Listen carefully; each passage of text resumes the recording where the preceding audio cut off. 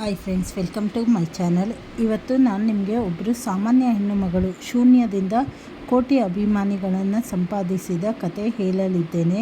ಇವರು ಮತ್ಯಾರೂ ಅಲ್ಲ, ರೇಖಾ ಅಡುಗೆ ಚಾನಲನ್ನು ರೇಖಾ ಅವರು ಅಡುಗೆ ಮೂಲಕ ಮನೆ ಮಾತಾಗಿರುವ ರೇಖಾ ಅವರ ಯಶಸ್ಸಿನ ಹಿಂದೆ ಅತಿ ದೊಡ್ಡ ನೋವಿನ ಕಥೆಯೂ ಇದೆ. ರೇಖಾ ಅವರು ಮೊದಲು ಗಾರ್ಮೆಂಟ್ಸ್ನಲ್ಲಿ ಕೆಲಸ ಮಾಡುತ್ತಿದ್ದರು. 2016ರಲ್ಲಿ ತಮ್ಮನ ಸಹಾಯದಿಂದ ಒಂದು ಸಣ್ಣ ಅಡುಗೆ ಚಾನಲ್ ಶುರು ಮಾಡಿದರು. ಆರಂಭದಲ್ಲಿ ವ್ಯೂಸ್ ಬರಲಿಲ್ಲ, ಆದರೂ ಅವರು ಪ್ರಯತ್ನ ಬಿಡಲಿಲ್ಲ.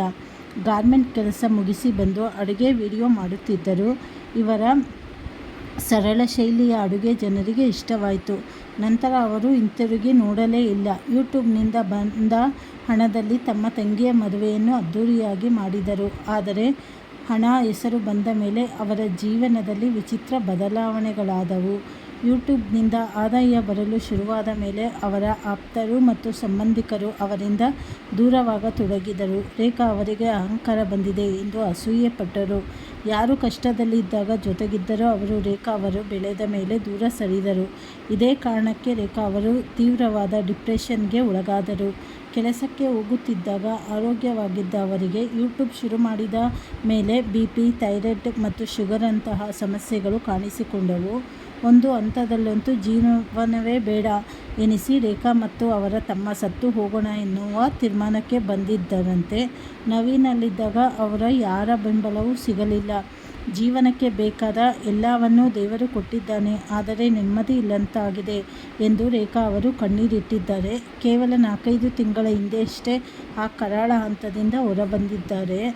ಹಣಕ್ಕಿಂತ ಮಾನಸಿಕ ನೆಮ್ಮದಿ, ಆರೋಗ್ಯ ಎಷ್ಟು ಮುಖ್ಯ ಎಂಬುದನ್ನು ರೇಖಾ ಅವರ ಜೀವನದಲ್ಲಿ ಈ ಕಥೆಯೇ ದೊಡ್ಡ ಉದಾಹರಣೆಯಾಗಿದೆ. ಹಾಗಾಗಿ ಯಾರನ್ನು ಅತಿಯಾಗಿ ನಂಬಬೇಡಿ. ಎಷ್ಟೇ ಎತ್ತರಕ್ಕೆ ಬೆಳೆದರೂ ನಿಮ್ಮ ಆರೋಗ್ಯ ನೆಮ್ಮದಿಯನ್ನು ಕಡೆಗಾಣಿಸಬೇಡಿ. ಮತ್ತು ಈಗ ಹೊಸದಾಗಿ ಅವರು ಡಿಪ್ರೆಷನ್ನಿಂದ ಎಲ್ಲ ಹೊರಗಡೆ ಬಂದು ಸ್ವಲ್ಪ ದಿನ ಯೂಟ್ಯೂಬ್ ಚಾನಲ್ಲು ಬಿಟ್ಟಿದ್ದರು. ಈಗ ಮತ್ತೆ ವಿಡಿಯೋಗಳನ್ನು ಹಾಕ್ತಾಯಿದ್ದಾರೆ. ಮುಂದೆ ಅವರಿಗೆ ಶುಭವಾಗಲಿ. ಮೇಯ್ನು ಏನು ಗೊತ್ತಾ, ಯಾರು ಏನೇ ಅನ್ನಲಿ ನಾವು ಹೆಚ್ಚಿಗೆ ತಲೆ ಕೆಡಿಸ್ಕೊಬಾರ್ದು. ಒಬ್ಬರು ಒಂದೊಂದು ಥರ ಮಾತಾಡ್ತಾರೆ. ಕುಗ್ದಾಗ ಜನ ತುಂಬ ಅವಮಾನ ಮಾಡ್ತಾರೆ. ನಾವು ಧೈರ್ಯವಾಗಿ ಮುನ್ನುಗ್ಗಬೇಕು ಅಷ್ಟೇ. ಪೂರ್ತಿ ವಿಡಿಯೋ ನೋಡಿ ನಿಮ್ಮ ಅನಿಸಿಕೆ ಅಭಿಪ್ರಾಯ ತಿಳಿಸಿ.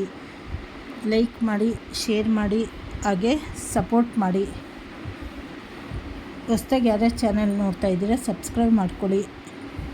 Thank you very much.